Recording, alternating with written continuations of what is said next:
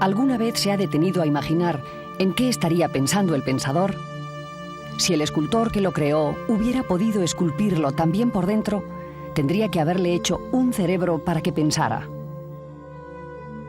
Un cerebro como este, 1,360 kilogramos de tejido nervioso que contiene más circuitos y más conexiones que toda la red telefónica de nuestro país.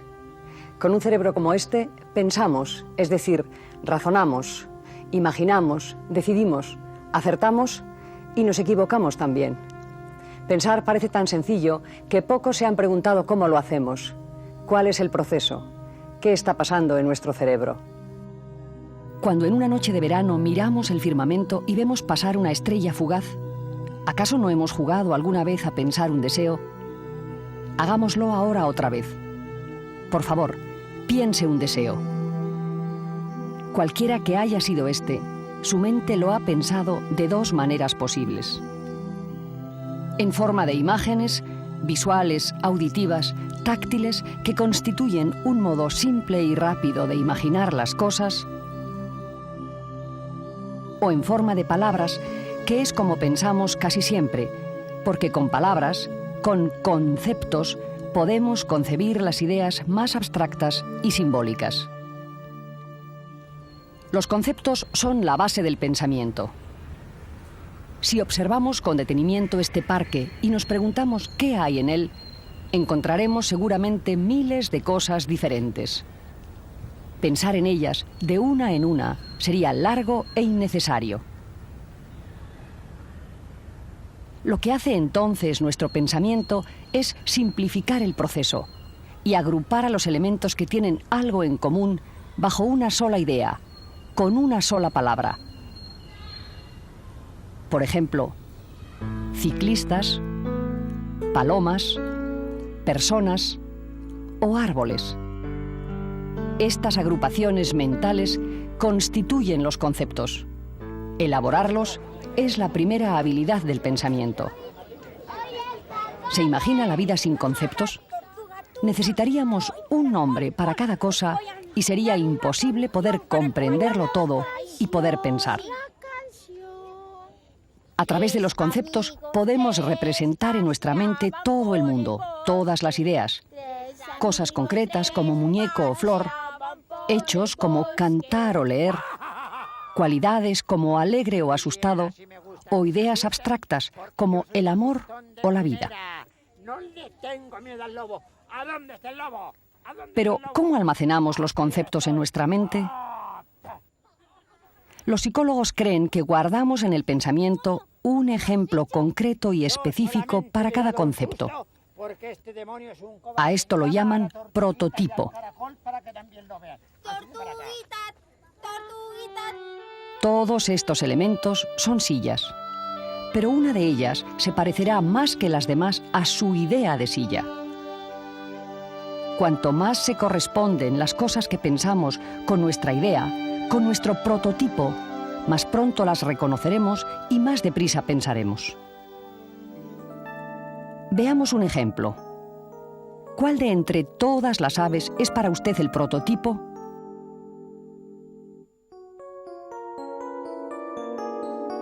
Aunque las avestruces y los pingüinos también son aves, ponen huevos y tienen plumas, casi todos pensaremos más en la idea de un gorrión al imaginar un ave. Los prototipos nos valen para reconocer los conceptos con rapidez. En realidad se trata de un pequeño truco que utiliza el pensamiento para ser más eficaz. Los conceptos no están desordenados en nuestra mente. Por el contrario, los tenemos muy bien organizados.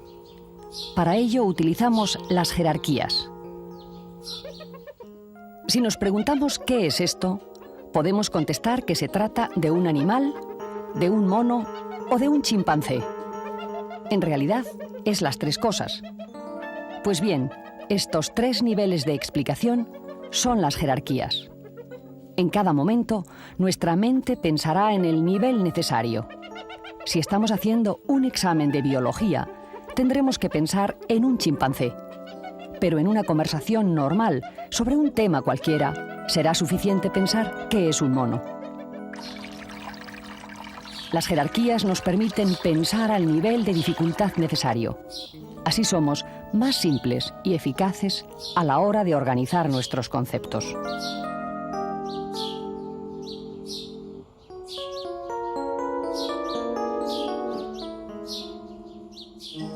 Igual que para construir una casa se necesitan los ladrillos, para pensar se necesitan los conceptos. Sin ladrillos no hay casa y sin conceptos no hay pensamiento.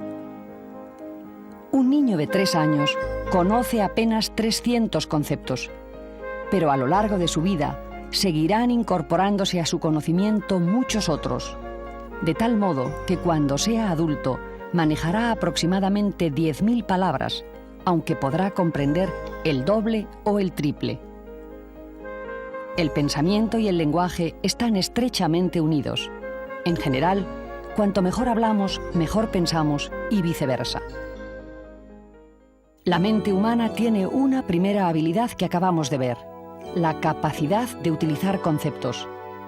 Pero también posee otra habilidad extraordinaria, la capacidad para solucionar problemas. Gran parte de nuestra actividad diaria es rutinaria. Nuestro pensamiento no tiene que esforzarse demasiado. Para muchas situaciones tenemos respuestas automáticas. Pero también, a lo largo del día, nos encontramos con situaciones nuevas para las cuales no tenemos una respuesta elaborada. Entonces tenemos que idear una solución. Imagine que va a ver a una amiga y que ha olvidado el piso en el que vive. ¿Qué hace? ¿Abandona su propósito? Desde luego que no. Casi nadie lo haría. Todos sabemos que tenemos ciertos recursos y confiamos en ellos. En esta situación y en otras parecidas, nuestro pensamiento funciona así.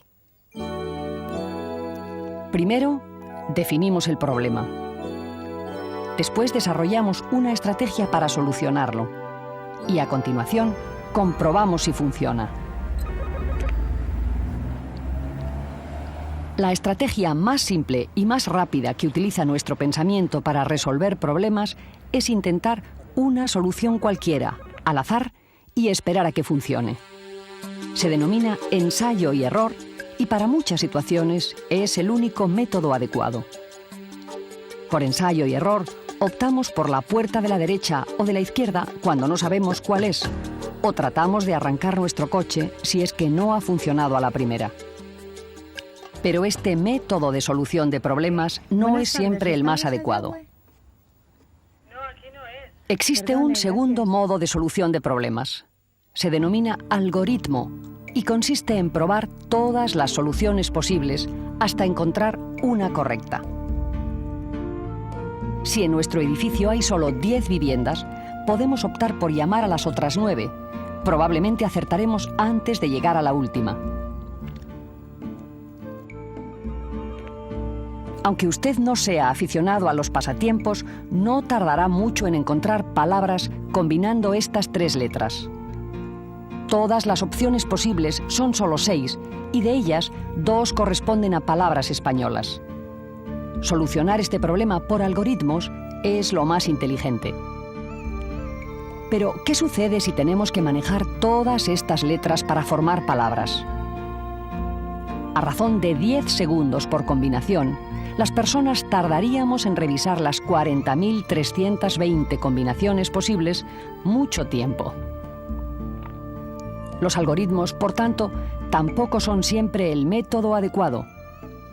Si nuestra amiga vive en un edificio de 10 pisos, con 8 viviendas en cada piso, no nos plantearemos intentar las 80 soluciones posibles.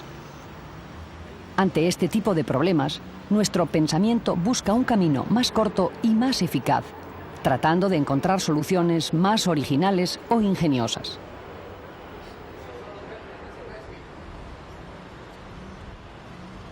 Este es el tercer modo que tiene el pensamiento para solucionar problemas. Se llama heurística.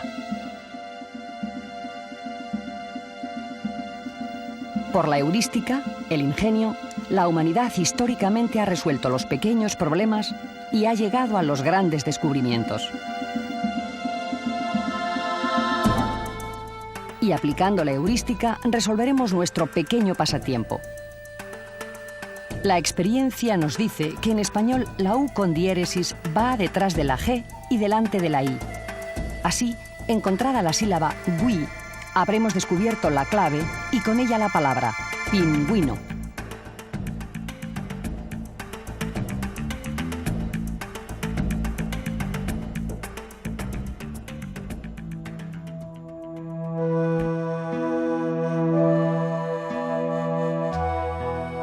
Ensayo y error, algoritmos y heurística son las tres estrategias de solución de problemas.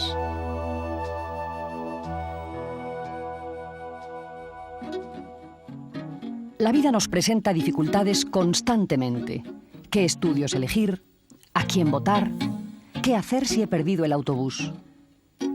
Nuestro acierto en la toma de decisiones dependerá mucho del proceso de razonamiento que empleemos, de cómo conjuguemos la nueva información con los conocimientos anteriores. Hay dos tipos de razonamiento, deductivo e inductivo.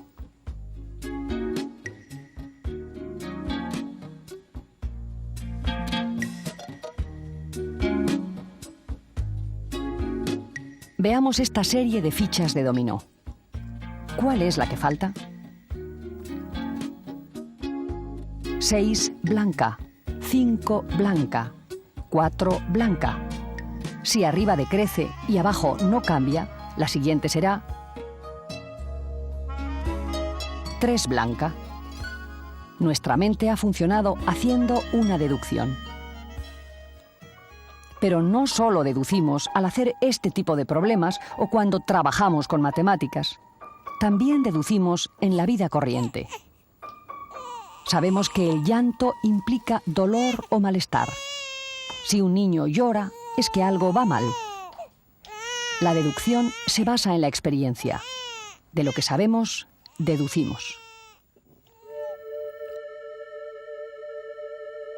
Otras veces nuestro pensamiento hace el recorrido inverso y generalizamos una idea o un hecho particular, es decir, pensamos, por ejemplo, que si una cosa ha pasado una vez, podrá pasar más veces.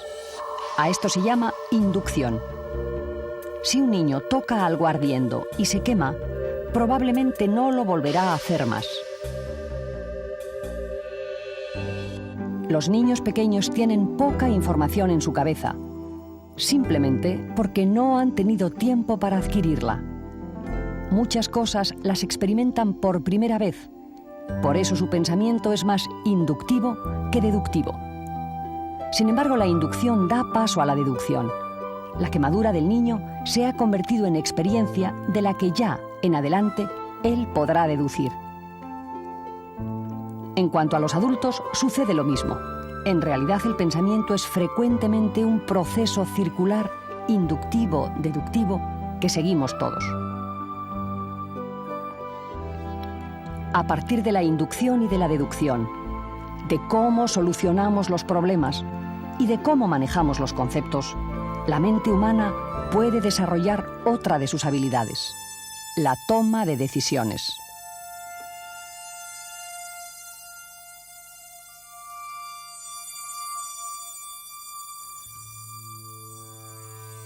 Como veíamos antes, todos los días adoptamos muchas decisiones y emitimos decenas de juicios. Unos son irrelevantes y otros fundamentales, pero sobre todo unos son acertados y otros erróneos. ¿Por qué el pensamiento humano se equivoca tantas veces? ¿Por qué somos racionales e irracionales al mismo tiempo? La toma de decisiones es el proceso que ocurre siempre que nos encontramos ante diferentes opciones y elegimos una rechazando las demás. En general, decidimos según las probabilidades de éxito o de acierto. Si el hombre del tiempo nos dice que hay un 90% de probabilidades de lluvia, seguro que decidimos coger el paraguas y habremos acertado. Pero no siempre el concepto de probabilidad real o matemática coincide con el concepto de probable que hay en nuestra mente. Por eso, más de una vez, cometemos errores. Por ejemplo, nos parece más probable lo que nos resulta más representativo. Suponga que nos piden imaginar cuál de estas dos personas, una ama de casa y una bailarina de ballet, acostumbra a leer al anochecer. Posiblemente responderíamos que la bailarina, porque esta descripción coincide más con el prototipo sensible y espiritual que todos tenemos de una bailarina. Pero analicemos los datos. En España hay aproximadamente 10 millones de amas de casa y las bailarinas de ballet profesionales son menos de 2.000. Aunque pensáramos que acostumbran a leer al anochecer, 1 de cada 10 bailarinas y solo 1 de cada 1.000 amas de casa, los datos numéricos son claros. 200 frente a 10.000 nos demostrarían que nos habríamos equivocado. Lo más evidente no es necesariamente lo más probable. Otro de los errores más comunes de nuestro pensamiento es considerar también más probable aquello que podemos imaginar con más rapidez o recordar con más intensidad. Esto sucede frecuentemente cuando se trata de la percepción del riesgo, que casi nunca es proporcional al riesgo real. Un accidente aéreo provoca tal impacto en el recuerdo que hace disminuir temporalmente el uso del avión como medio de transporte. Razonamos de modo dramático y no cuantitativo, porque sabemos que los accidentes aéreos se producen por fortuna muy de tarde en tarde. Sin embargo, sabemos también que el riesgo en carretera es muy superior y, paradójicamente, seguimos conduciendo nuestro coche sin inquietarnos. Es más, hasta sin cinturón de seguridad de vez en cuando. A la hora de tomar decisiones, tememos más lo que no podemos controlar directamente y, en general, sobreestimamos la probabilidad de los hechos temidos. Pero no siempre tomamos decisiones en base a la probabilidad. Muchas cosas no pueden ser probables ni improbables. Gran parte de nuestro pensamiento se construye a partir de ideas previas o premisas sobre las que juzgamos o decidimos. Imagine que escucha esta aseveración. Germán, como es deficiente, no podrá aprender nada. Quien así piense lo hace partiendo de una premisa falsa, es decir, sobre un punto de partida erróneo. Esta es la génesis de su pensamiento. Todos los deficientes no pueden aprender.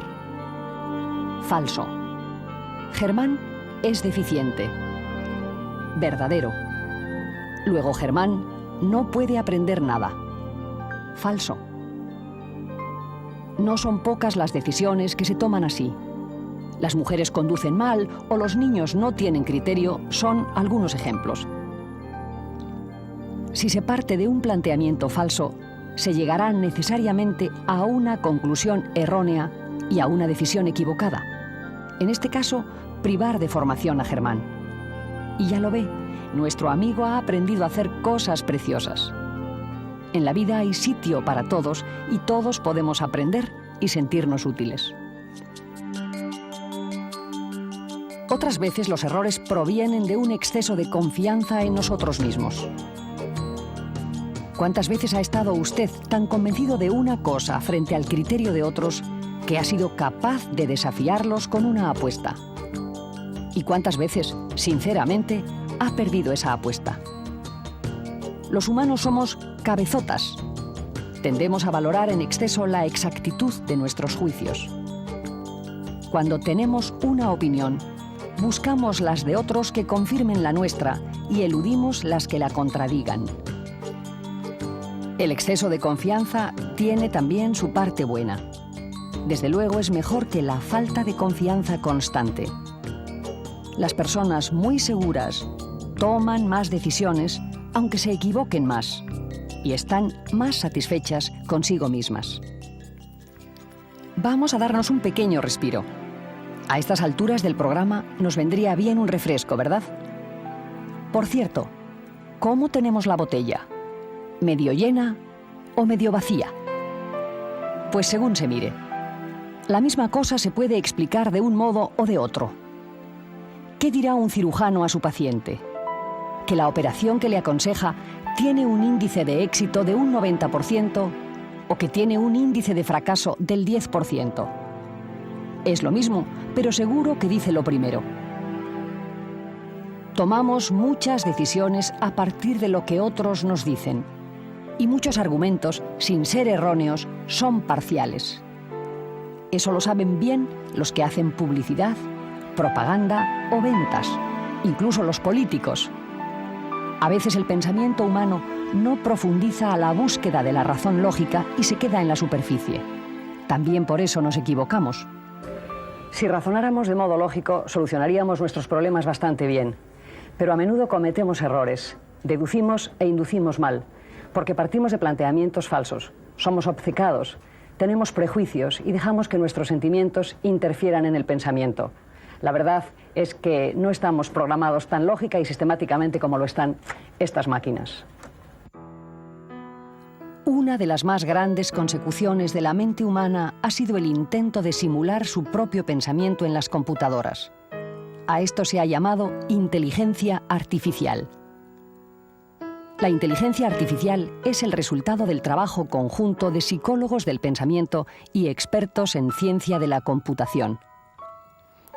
Su utilización práctica es hoy día imprescindible. Nos ha suministrado robots industriales, sistemas para pronosticar el tiempo, satélites de telecomunicación. Resulta fundamental para la medicina o la economía y ha creado un jugador de ajedrez tan famoso y desafiante como Deep Blue. El ordenador Deep Blue ha competido varias veces con el campeón del mundo Garry Kasparov. Mientras que Kasparov idea 2 jugadas al segundo, Deep Blue registra en sus circuitos electrónicos varios millones. Algoritmos frente a heurística. Las computadoras son más fuertes en aquellas áreas en las que el pensamiento humano es más débil. La manipulación de enormes cantidades de datos, la recuperación exacta de la información contenida en la memoria y la lógica en la toma de decisiones. La mente humana, en cambio, puede charlar y oír música simultáneamente, sentir emociones, reflexionar sobre su propia existencia y usar el sentido común.